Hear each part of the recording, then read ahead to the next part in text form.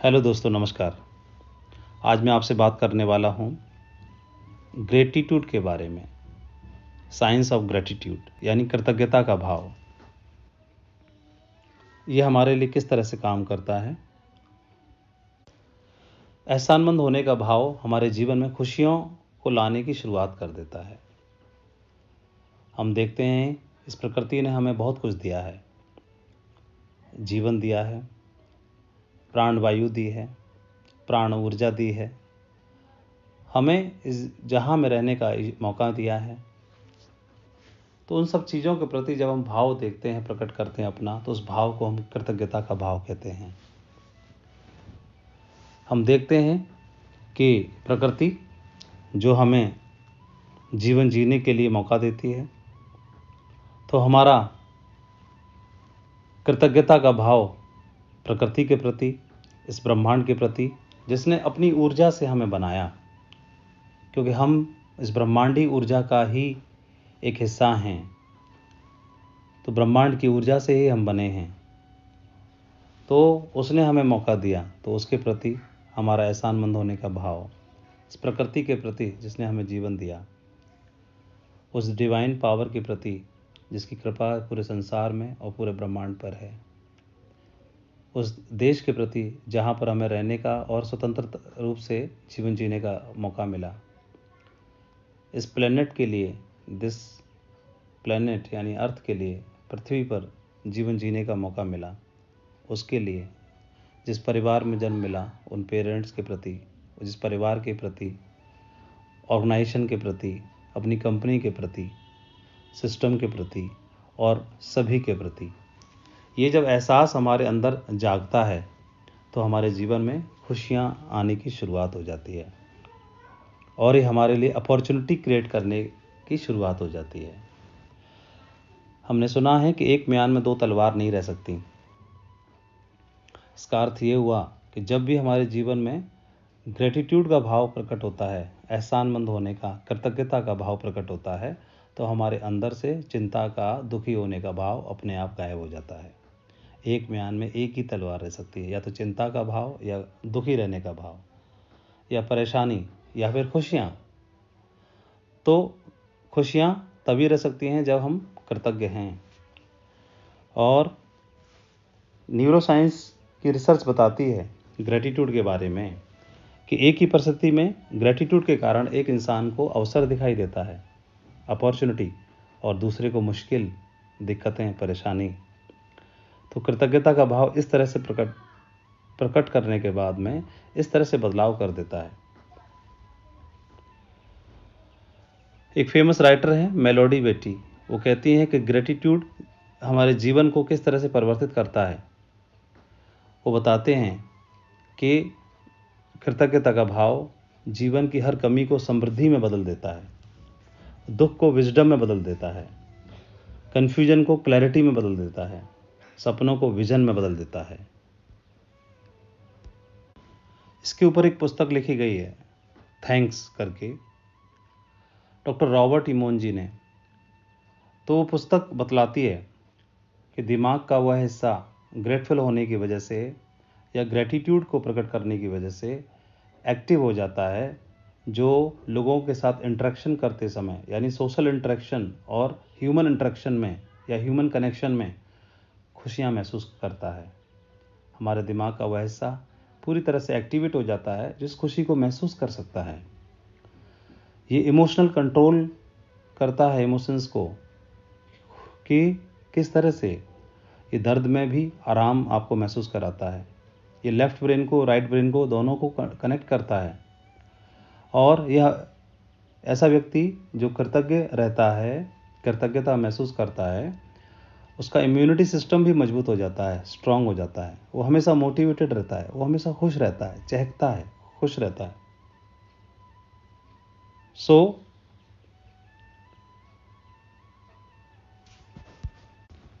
Gratitude एक ऐसी कुंजी है, एक ऐसा सीक्रेट है जो जीवन में खुशियों की सौगात ला सकता है। इसको लेके एक उदाहरण भी है। बचपन में आचार्य विनोबा भावे अपनी माँ को देखते थे दही जमाते हुए। वो अक्सर क्या करती, एक बर्तन में दूध लेती और दूध में थोड़ा सा जामन दही डाल देती और ईश्वर से प्रार्थना करती, हे ईश्वर अपनी कृपा बरसाना और इसको अच्छे से जमा देना। और वो रख देती। अगले दिन दही जम जाता और हर दिन ऐसा ही करती। वो बालक हमेशा देखते, एक दिन उनसे रहा नहीं गया। तो उन्होंने पूछा, माँ मुझे एक बात आपसे जाननी है, ये बताइए कि दही को जामुन जमाता है या ईश्वर? और अगर ईश्वर जमाता है तो जामुन क्यों डालती हो? और अगर जामुन जमाता है तो ईश्वर को क्यों बोलती हो? तो माँ ने जवाब दिया कि बेटा, जमाता तो जामुन ही है दही को, लेकिन जामुन को जमाने की शक्ति ईश्वर प्रदान करता है, ऊपर वाली शक्ति प्रदान करती है। तो ये उनके अंदर एहसानमंदी का या कृतज्ञता का भाव ही था, जिसकी वजह से उनका ये एहसास था। हम जब भी देखते हैं तो हमें हजारों सैकड़ों उदाहरण देखने के लिए मिलते हैं। हम एक और उदाहरण देख सकते हैं कि गुरु द्रोणाचार्य का नाम आपने सुना है। तो अर्जुन को उनके द्वारा शिक्षा लेने का मौका प्राप्त हुआ। तो अर्जुन उनकी देखरेख में शिक्षा ग्रहण करते थे और एक बहुत ही जबरदस्त धनुर्धर बने। उसी दरमियान में एकलव्य ने इच्छा जाहिर की गुरु द्रोणाचार्य के माध्यम से शिक्षा लेने के लिए, शिष्य बनने के लिए, और गुरु द्रोणाचार्य ने उनको मना कर दिया कि मैं राज शिष्यों को ही केवल शिक्षा दे सकता हूं। तो एकलव्य के अंदर ग्रेटफुल होने का भाव ही एक ऐसा था जिसकी वजह से उन्होंने मना होने के बावजूद भी, गुरुजी के मना करने के बावजूद भी उन्होंने उनकी मूर्ति बनाई और मूर्ति के द्वारा उनको प्रणाम करते रहे, उनके द्वारा शिक्षा लेते रहे और उस शिक्षा के लिए उनको धन्यवाद भी देते रहे। और आपने सुना भी होगा, अंत में वो गुरु के पास स्वयं पहुँचे, गुरु द्रोणाचार्य जी के पास, और गुरु दक्षिणा देने के लिए कि मैंने आपसे शिक्षा प्राप्त की है तो मैं गुरु दक्षिणा देना चाहता हूँ। तो ये उनके अंदर कृतज्ञता का भाव ही था। और हमारे पौराणिक ग्रंथ बताते हैं कि एकलव्य एक अर्जुन के बराबर ही एक धनुर्धर बन के दिखाया उन्होंने अपने आप को। तो उनके ऊपर डिवाइन पावर का आशीर्वाद था। एक दार्शनिक हुए हैं रोमन के, सिसरो नाम से। वो बताते हैं कि कृतज्ञता जो है वो सारे गुणों की देवी है। उन्होंने सभी गुणों की देवी के रूप में उनको स्वीकार किया है। एक सदियों माने सेनेगल करके फुटबॉल प्लेयर हुए हैं, अफ्रीकन फुटबॉल प्लेयर हुए हैं। तो बहुत पैसे कमाते हैं वो। प्रति सप्ताह की उनकी इनकम अगर काउंट करते हैं तो करीब करीब 1,40,00,000 रुपए तक कमाते हैं एक सप्ताह में। अक्सर उनको कई जगह पर एक टूटे हुए फ़ोन के साथ देखा गया। जब भी वो ट्रैवल करते थे उनके हाथ में एक टूटा हुआ फ़ोन रहता था, उनकी स्क्रीन टूटी हुई थी। कई लोगों ने उनसे पूछा कि आप ये फ़ोन बदल क्यों नहीं देते, आपके पास तो बहुत पैसा है। तो उन्होंने बोला कि मैंने अपने जीवन में बहुत सारी कमियां देखी हैं, बहुत सारी गरीबी देखी है और बहुत कष्ट देखे हैं। मैं चाहूँ तो कई फरारियाँ, कई हीरा जड़े हुए फ़ोन और कई पर्सनल जेट खरीद सकता हूँ, चाहे जब। ईश्वर की कृपा से मेरे पास इतना पैसा है। लेकिन जो कृपा मेरे पे हुई है उस कृपा की वजह से मैं अपने लोगों का विकास करना चाहता हूँ और उनकी मदद करना चाहता हूँ। उनके बुरे समय में मैं अच्छा समय लाना चाहता हूँ, उनके लिए सहयोग करना चाहता हूँ। फ़ोन का क्या है, फ़ोन आज टूटा है, मैं इसको ठीक करा लूँगा। तो ये उनकी कृतज्ञता का ही एक भाव था। हम देखते हैं कि जब हनुमान जी लंका जाते हैं समुद्र पार करके, जामवंत जी के द्वारा उनको उत्साहित करने के बाद में, उनकी ताकतों का याद दिलाने के बाद में, तो रास्ते में सुरसा मिलती है। सुरसा से उनका सामना होता है। सुरसा ने बोला कि तुम्हें जाना है लंका तो मेरे रास्ते में मैं हूँ और आप जा नहीं सकते। तो हनुमान जी ने ऐसा सुनते हैं हम कि उनसे प्रार्थना की कि मुझे जाने दो, मैं सीता माता का पता लगाने के लिए जा रहा हूँ और लौटने के बाद तुम मेरे को खा सकती हो। लेकिन सुरसा नहीं मानी और उसने बोला कि मैं जाने नहीं दूंगी, मैं तुम्हें भोजन करने के बाद ही जाने दूंगी, भोजन करके ही मानूंगी। और सुरसा ने ऐसा सुनते हैं कि 1 योजन का अपना मुंह बड़ा कर लिया। हनुमान जी ने अपना शरीर का विकराल रूप धारण किया और 2 योजन के हो गए। सुरसा ने भी 2 योजन का अपना मुंह बड़ा कर लिया। हनुमान जी 4 योजन के हो गए। सुरसा ने भी अपना मुंह 4 योजन का कर लिया। हनुमान जी 8 योजन के हो गए तो वो भी 8, फिर वो 16 योजन के तो वो भी 16 योजन, फिर 32 योजन तो 32 योजन के। और हनुमान जी ने रूप धारण किया विशाल 64 योजन का। सुरसा ने भी 64 योजन का धारण कर लिया। हनुमान जी स्वतः ही बहुत सूक्ष्म रूप धारण कर लिया, उसके मुंह में प्रवेश कर गए और प्रवेश करने के बाद बाहर भी आ गए। तो क्या अर्थ मिला हमें? हमें मिला कि जब आप विशाल हैं, जब आप ताकतवर हैं, जब आप बड़े हैं, समृद्ध हैं, तब आप छोटे हो जाइए। और छोटा होना आपको सचमुच में छोटा नहीं करता, आपकी कृतज्ञता का ही एक उदाहरण होता है। और उसके बाद वो आगे बढ़ गए। तो हम देखते हैं हमारे बिज़नेस में, जब हम जिस बिज़नेस में ज्वाइन करते हैं, जिस अपलाइन के साथ ज्वाइन करते हैं, जिस अपॉर्चुनिटी में हमने काम करना शुरू किया है, तो मैं अपनी बताता हूँ। तो मैंने नरसिंह सिग्रीवाल जी के साथ काम करना शुरू किया, तो मैंने हमेशा ही उनको बोलते हुए सुना है। वो बोलते हैं कि मेरे अपलाइन की टीम या सक्सेस सपोर्ट सिस्टम की टीम, या फिर बोलते हैं कि मेरे टीम लीडर्स की टीम। कभी भी वो ये नहीं बोलते कि मेरी टीम, ये मेरी टीम इतनी है। और आप देखेंगे सेफसॉफ्ट में बहुत बड़े अचीवमेंट है उनके, बहुत बड़े रिवॉर्ड हैं उनके, बहुत बड़ी स्ट्रॉन्ग टीम है उनके पास। उनकी टीम में बहुत सारे डायमंड्स हैं। कंपनी में एक तरफा उनके पास अचीवमेंट हैं, उसके बावजूद भी वो विनम्रता के साथ रहते हैं। कभी ये नहीं जताते कि मेरे पास बहुत बड़ा बिजनेस है, मेरी बहुत बड़ी टीम है और मेरा ये मेरा वो नहीं करते। हमेशा लीडर्स को क्रेडिट देते हैं, या अपलाइन को क्रेडिट देते हैं, या सिस्टम को क्रेडिट देते हैं। तो ये कृतज्ञता का ही एक बेस्ट उदाहरण है। दुनिया में जितने भी धर्म हैं और जितने भी धार्मिक ग्रंथ हैं, चाहे वो रिलीजियसली हो, विज्ञान हो, साइंस हो, अध्यात्म हो या बिजनेसमैन हो, सभी ने ग्रेटिट्यूड के महत्व को मान्यता दी है, इसको स्वीकार किया है। और इसके बारे में हम थोड़ा समझते हैं। हम देखते हैं कि हमारे बिज़नेस में हम जिनके साथ रह के काम करते हैं, तो उनके प्रति कृतज्ञता का भाव, अपने सिस्टम के प्रति कृतज्ञता का भाव हमारे बिज़नेस में 4 चांद लगा सकता है। जैसे अपलाइन के साथ हम काम करते हैं, उनके साथ अगर जोड़ी बना के काम करते हैं और उनको क्रेडिट देते हैं, सिस्टम को क्रेडिट देते हैं, उनके प्रति एहसानमंद होने का या ग्रेटफुल होने का भाव अगर रहता है, तो हमारे जीवन में और हमारे बिज़नेस में 4 चांद लग जाते हैं। आप देखेंगे कि जब हम काम करना शुरू करते हैं तो ग्रेटफुल हो भी क्यों ना, सचमुच में ग्रेटफुल होने जैसे हमारे लिए कई सारे उदाहरण भी रहते हैं। आप देखेंगे इस तरह का जीवन बदल देने वाला बिज़नेस हमको मिला है, इसके माध्यम से हम जीवन बदल सकते हैं, इसे आप भी मानते होंगे। तो जब बदल सकता है तो इस तरह के बिज़नेस को देने के लिए कोई ना कोई माध्यम बना। ईश्वर स्वयं तो नहीं आएगा, लेकिन ईश्वरी शक्ति भी किसी न किसी के माध्यम से हम तक पहुंची, उन्होंने एक अवसर दिया, अपॉर्चुनिटी दी।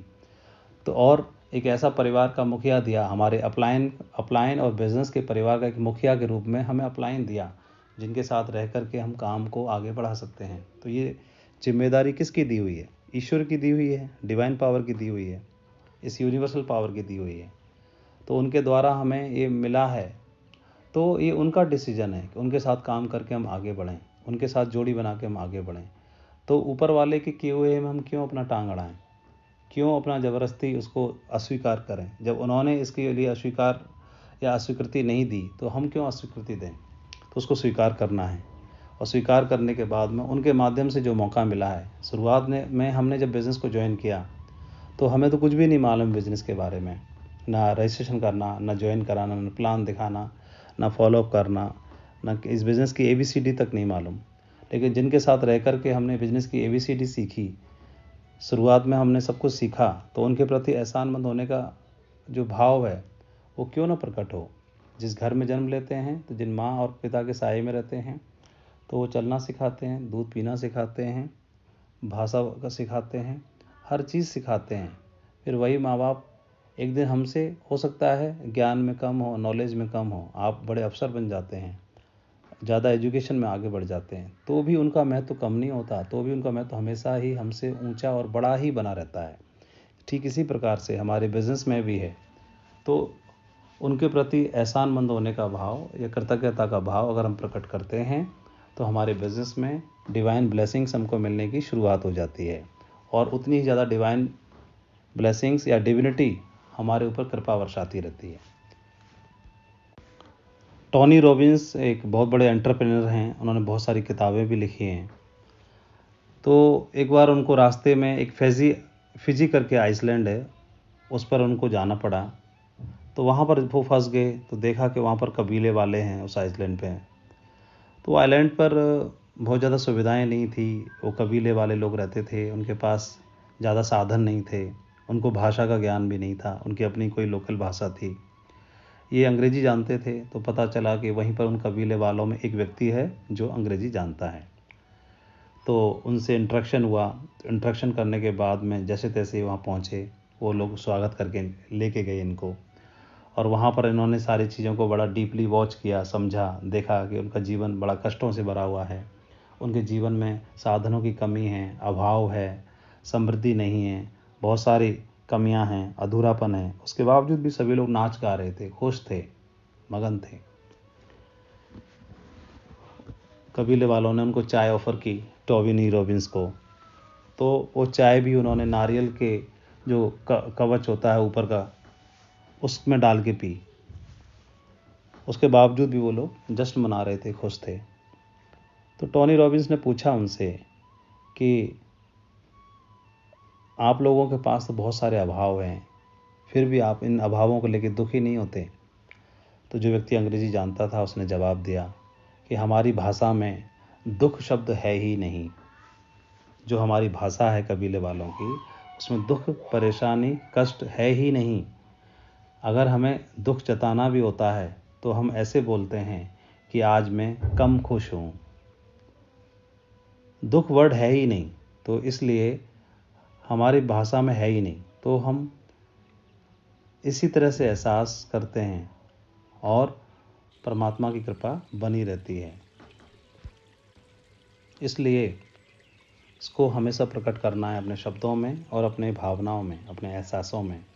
सुबह सवेरे उठते ही सबसे पहले थैंक यू गॉड, सुंदर सवेरा देने के लिए, शानदार जीवन देने के लिए। इस शानदार जीवन को देने के लिए अपने दिन की शुरुआत नहाने के बाद प्रार्थना से करें। प्रार्थना में बहुत शक्ति है और प्रार्थना की शक्ति हमारे जीवन में हमारी सबसे बड़ी ताकत बनती है। तो प्रार्थना से शुरू करें, और प्रार्थना सिर्फ केवल अपने लिए नहीं, पूरे प्लेनेट पर, पूरे देश के लिए, ऑर्गेनाइजेशन के लिए, अपनी टीम के लिए और अपने सभी चाहने वालों के लिए। तो उनके लिए सुख, समृद्धि, स्वास्थ्य की कामना करते हैं हम। तो ये डिवाइन ऊर्जा उनको तो प्राप्त होती ही होती है और उसका प्रतिफल हमको भी प्राप्त होता है, और हम भी उतने ही ज़्यादा प्रसन्न और खुश होते हैं, और हमारे जीवन में और हमारे बिजनेस में भी चार चांद लगने की शुरुआत हो जाती है। हमारे बिजनेस में कृतज्ञता का भाव अपलाइन के साथ साथ अपनी टीम के प्रति भी, कि ऐसा परिवार मिला जिनके साथ काम करने का सौभाग्य मिला। जब हम उनको ज्वाइन कराते हैं तब उनके अंदर कोई कमी नहीं देखते कि वो कम एजुकेशन के हैं, उनको अच्छे से बोलना नहीं आता, उनको अच्छे से समझ नहीं है, वो दिखने में सुंदर नहीं है। उस समय तो हमको लगता है कि बस ज्वाइन कराओ। लेकिन जैसे ही हम काम करना शुरू करते हैं, एक समय के बाद, एक सर्टेन टीम बनने के बाद, उनसे हमारी टकराहट होना शुरू हो जाती है। विचारों को लेके हमारी ऊर्जा टकराहट करती है, एनर्जी मैच करती नहीं है, मुश्किल होना शुरू हो जाती है। तो ये केवल और केवल इसी की वजह से, एकमात्र ग्रेटिट्यूड की कमी की वजह से। तो हम देखते हैं कि हम शुरुआत में जब अकेले थे तो हमें 2 लोगों की ज़रूरत थी, राइट और लेफ़्ट को कंप्लीट करने के लिए। तो उनका धन्यवाद, जिनकी वजह से मेरा जो जीरो था, नील था, उसको उन्होंने कंप्लीट किया। हमारी टीम धीरे धीरे 50 की बनी। तो उनका धन्यवाद सभी का, जिनकी मदद की वजह से शुरुआती दिनों में मुझे चेक मिले। शुरुआती दिनों में मेरी जो रिकॉग्निशन लेवल था सिल्वर का, वो मेरा पूरा हुआ। उन सब लोगों का धन्यवाद जिनका साथ मुझे मिला। उनमें से बहुत सारे लोगों ने काम नहीं किया या नहीं कर रहे, तो उनका भी धन्यवाद, क्योंकि वो ना आते तो मैं सिल्वर में नहीं बन पाता। गोल्ड बना, पर्ल बना, टोपाज बना, एमराल्ड बनने वाला हूँ, या डायमंड बनने जा रहा हूँ, या रूबी बनने वाला हूँ, तो उन सभी का भी धन्यवाद।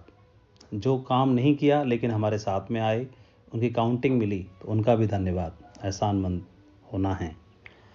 और साथ ही साथ उनका भी जो आपके साथ में कंधे से कंधा मिला के काम करते हैं, आपके साथी, आपकी टीम के दमदार लीडर्स, दमदार कमांडोज। अगर कोई टकराहट होती है, अगर थोड़ा सा कम सम्मान देते हैं तो क्या फर्क पड़ता है? आज नहीं तो कल जब हम सही हैं तो उनके साथ हमारी एनर्जी मैच जरूर करेगी ही करेगी। तो धन्यवाद का भाव उनके प्रति भी रखें, क्योंकि वो ना होते तो आप ना होते, इस बिज़नेस में आपका ओहदा ना होता। तो उनके प्रति भी हम सम्मान और ग्रेटफुल होने का भाव रखना है। कहते हैं कोई भी व्यक्ति संपूर्ण नहीं होता, कोई भी व्यक्ति सब कुछ नहीं जानता, कुछ जानता है लेकिन सब कुछ नहीं जानता। तो जिस ऑर्गेनाइजेशन ने हमें इस लायक बनाया, उस ऑर्गेनाइजेशन के प्रति, ग्रेट डायरेक्टर्स के प्रति हम आभारी हों। सिस्टम जिसने हमें एजुकेट करना सिखाया, जिसने बारीकियां बताई, जिसने समय पर टूल्स दिए, हमारे अचीवर्स जो हमारे अपलाइन में नहीं है और डाउनलाइन में नहीं है, लेकिन उन्होंने अचीवमेंट लेके दिखाए। कोई प्रीमियम कारों में चलते हैं तो उनसे हमारा विश्वास बना। कुछ लोग डायमंड बन के दिखाया, हर फील्ड से, आर्मी फील्ड से, मेडिकल फील्ड से, स्टूडेंट, हाउसवाइफ, हर तरह के बिजनेसमैन और पुलिस डिपार्टमेंट से, हर तरह के फोर्स से, हर तरह के लोगों ने बन के दिखाया, जिनसे हमारा विश्वास बना। तो उनके लिए भी ब्लेसिंग्स और ग्रेटफुल होने का भाव। साथ ही साथ ऐसे लोग जो बिज़नेस को दिलदारी से करते हैं और जाने अनजाने में कुछ लोगों का हमें सपोर्ट मिलता है प्रत्यक्ष रूप से, और कुछ लोगों का हमें मिलता है अप्रत्यक्ष रूप से। तो प्रत्यक्ष रूप से कुछ लोग हमें आमने सामने दिखाई देते हैं, हमारे अपलाइन के रूप में और हमारे टीम लीडर्स के रूप में, लेकिन कुछ लोगों का हमें इनडायरेक्टली भी सहयोग मिलता है। तो उनके प्रति हमें कृतज्ञता का भाव जो लोग रखते हैं, वो लोग बहुत जीवन में आगे बढ़ते हैं। एक उदाहरण भी है। किसी गांव में एक नौजवान रहता था, बहुत पढ़ा लिखा था, लेकिन नौकरी नहीं मिल पा रही थी। परेशान था रोज़गार के लिए। तो रोज़गार ढूंढते ढूंढते ढूंढते ढूंढते पास में पहुंच गया, शहर में। पास के शहर में जाकर के और एक दुकान के मालिक के पास जाके सेठ जी से विनती करने लगा कि कोई उनके लायक काम हो तो काम दे दें। सेठ जी अनुभवी थे, उन्होंने देखा, पहचाना कि लड़का दमदार लगता है, पढ़ा लिखा लगता है, होनहार लगता है। अपने अनुभव के आधार पर उसको नौकरी दे दी। तो लड़का बहुत ही होनहार भी निकला, भी मन लगा के काम करने लगा। धीरे धीरे सेठ जो थे उसके व्यवहार से बहुत खुश हुए और कुछ समय के बाद उसको तरक्की भी दी, उसकी तनख्वाह भी बढ़ा दी, और धीमे धीमे करके उसी सेठ के यहाँ वो भटकने वाला लड़का मुनीम बन गया। सेठ जी ने एक बात नोटिस करना शुरू किया कि जिस लड़के को मुनीम बनाया था, वो हर रोज़ दोपहर को अपने कमरे के दरवाजे बंद कर लिया करता कुछ समय के लिए। तो सेठ के मन में विचार आया, कहीं ये चोरी तो नहीं करता है, आखिर दरवाज़ा बंद क्यों करता है। तो उन्होंने चोरी छुपे उसके ऊपर निगाह रखना शुरू कर दिया, और धीरे धीरे वक्त फिसलता गया। कुछ समय के बाद उनको शक जो था वो संदेह बढ़ता ही गया, और एक दिन उसने सचमुच में जैसे ही उन्होंने दरवाज़ा बंद किया, उसके कमरे को ज़ोर ज़ोर से पीटा और दरवाजे खुलवाए। तो सेठ ने देखा कि वो जो नौजवान मुनीम था, अपना एक छोटा सा संदूक था, उस संदूक को खोल करके, और उसके हाथ में 2 जोड़ी कपड़े थे मैले कुचैले से, उनको हाथ में लेके खड़ा हुआ था। सेठ ने देखा ये क्या है। तो मुनीम बोला कि सेठ जी, जब मैं आपके यहाँ आया था तो ये जोड़ी कपड़े पहन के आया था। इन मैले कुचैले कपड़ों को देख करके मुझे अपने पुराने दिन याद आते हैं, अपना सही समय याद आता है, और आज आपकी कृपा से मैं किस हालत में था, आपकी कृपा की वजह से आज मैं अच्छे कपड़े पहनता हूँ, अच्छी ज़िंदगी जीता हूँ। तो कहीं मैं भूल ना जाऊँ, इसलिए ये कपड़ों को मैं बार बार हर रोज़ देखता हूँ, ताकि मुझे याद आता रहे कि मेरे कैसे दिन थे और आज मैं कैसे दिन जी रहा हूँ। इसके प्रति मुझे इनको देख करके बार बार आपकी दया की याद आती है कि आपकी कितनी कृपा है मेरे ऊपर। तो ये उदाहरण भी हमें बतलाता है कृतज्ञता का महत्व। तो चलिए आज से हर एक के प्रति ग्रेटफुल होना शुरू करते हैं, ग्रेटिट्यूड का भाव प्रकट करना शुरू करते हैं। हर एक के प्रति, परमात्मा के प्रति, प्रकृति के प्रति, यूनिवर्सल डिवाइन पावर के प्रति, अपनी अपॉर्चुनिटी ग्रेट सेप्स ऑफ के प्रति, हमारे सभी ग्रेट मेंटर्स के प्रति, अपने सिस्टम के प्रति, अपनी ग्रेट टीम के प्रति, अपने साथी जिनके साथ आप रह के काम करते हैं, वो अपलाइन चाहे तो सिल्वर ही क्यों ना हो, चाहे गोल्ड लेवल पर ही क्यों ना हो सकता है आपके अपलाइन आपकी रिकॉग्निशन लेवल से पीछे भी रह गए हों। आप गोल्ड हों, आपके अपलाइन सिल्वर ही हों।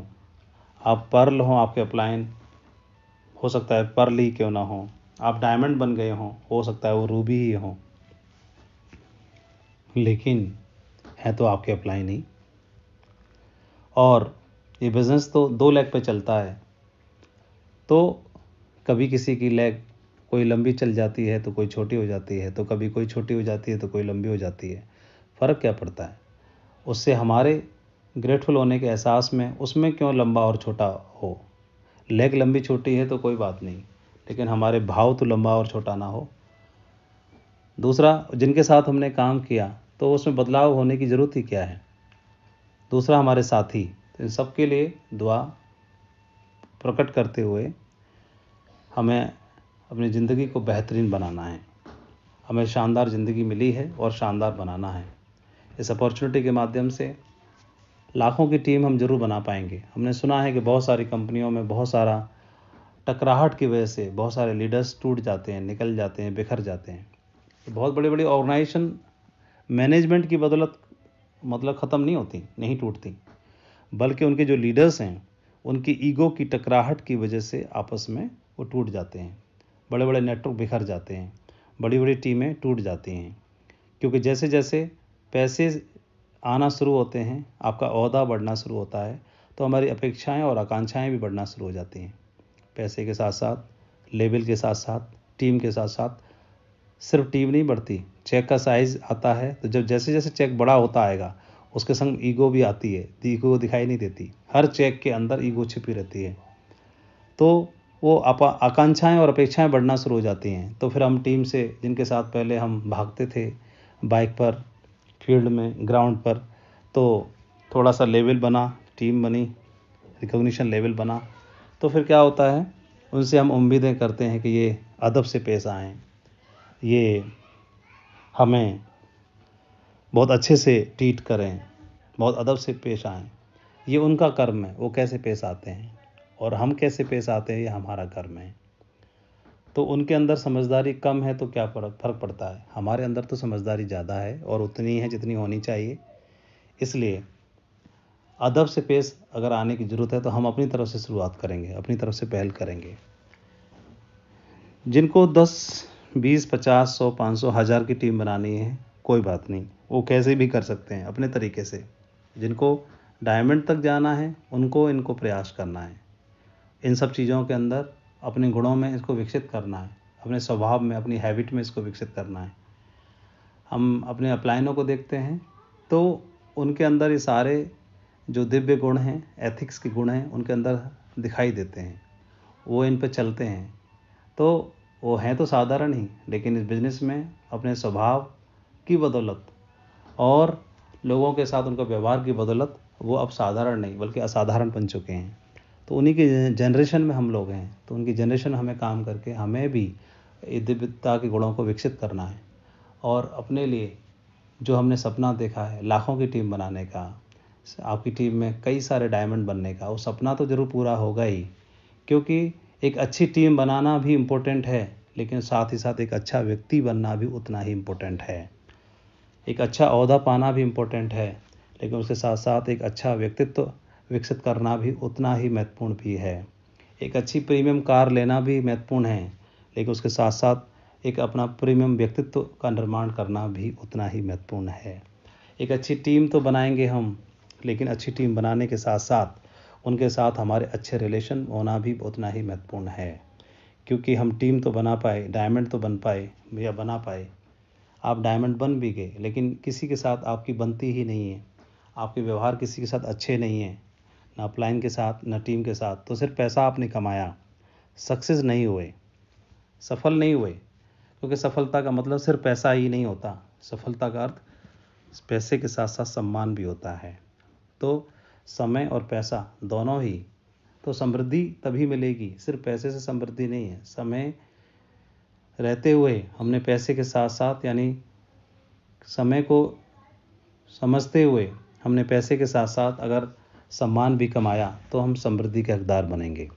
तो आप जो भी बने, आप लेवल कोई सा भी हासिल करें, लेकिन उस लेवल को हासिल करने के बाद आपकी देखें कितने लोगों के साथ आपका व्यवहार अच्छा है, टीम में, अपलाइनों में, टीम में, आपके साथियों के साथ कितने लोग आपको पसंद करते हैं।